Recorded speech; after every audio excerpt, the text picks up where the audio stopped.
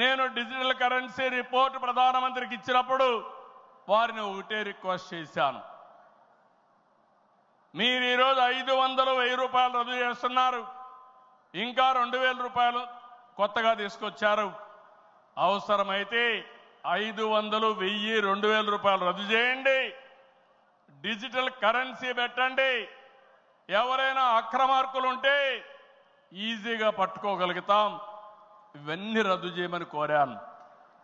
ఈ సభ సందర్భంలో మళ్ళీ ఒకసారి డిమాండ్ చేస్తున్నా. ఈరోజు అందరికీ డిజిటల్ కరెన్సీ వచ్చింది.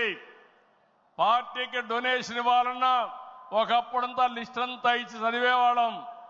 ఇప్పుడు నేరుగా మీ ఫోన్ ద్వారా పార్టీ అకౌంట్లోకి డబ్బులు చెల్లించే పరిస్థితికి వచ్చారంటే ఈ 500, 1000, 2000 రూపాయల అవసరం లేదు.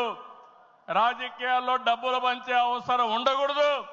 ప్రజా సేవే పరమావిధిగా చేసుకుని మనం పనిచేస్తే ప్రజలు మనకు ఓట్లేస్తారని చెప్పి కూడా నేను మీకు తెలియజేస్తున్నా.